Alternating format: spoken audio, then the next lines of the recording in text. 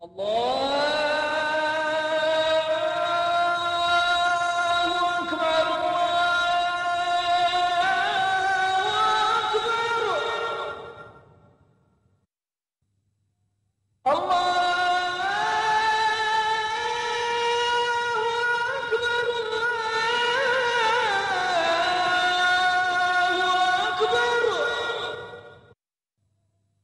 أن لا إله إلا الله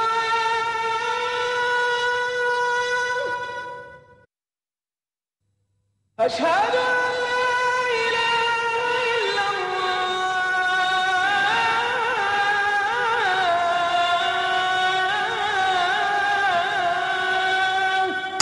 Олар мал сияқты деген үкімнен түспетуден Аллах Тағала біздерді сақтасын.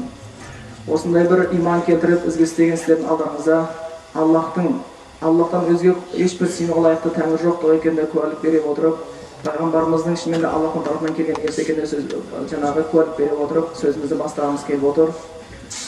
Енді бұл Аллахтың үйі болғаннан кейін менің есіме бір хадис түсті. Ол хадисте бұл Муслимнен келеді, Абу Хурайра риwayat етеді. Бұны имам Науави өзінің 40 хадистердің арасына да қосқан. Сол хадистің ішіндегі бұл үзіндісінде былай деп келген еді: "Уама ичтама'a қаумун фи байтин мин буютилла". Егер қандай да бір адамдар Аллахтың үйлерінен болған бір үйде жиналса дейді, яғни мешітте жиналса дейді. "Ятлуна китабаллах", Аллахтың кітабы Құранды оқыса дейді.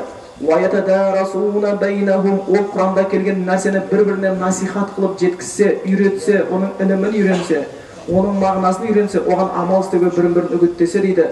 "Илля назалат алейхимус сакина", онда сол жерге жиналғандарға Аллахтың тарапынан тыныштық келеді. "Ва ғашиятхумур рахма", және оларды Аллахтың нұры, мейірімі бөлейді. "Вахаффатхумул малаика", оларды Аллахтың періштелері қоршап алады. Және де Аллах "Вадакарахумуллаху фи ман инда", ол адамдарды өзінің сүйікті болған, өзіне жақын болған періштелеріне мақтан тұтып айтады деген екен. Аллах Тағала осы хадисте, сахих хадисте келген үкімнің арасына кіруді баршамызға нәсіп еткен болсын. Сол үшін осы хадиске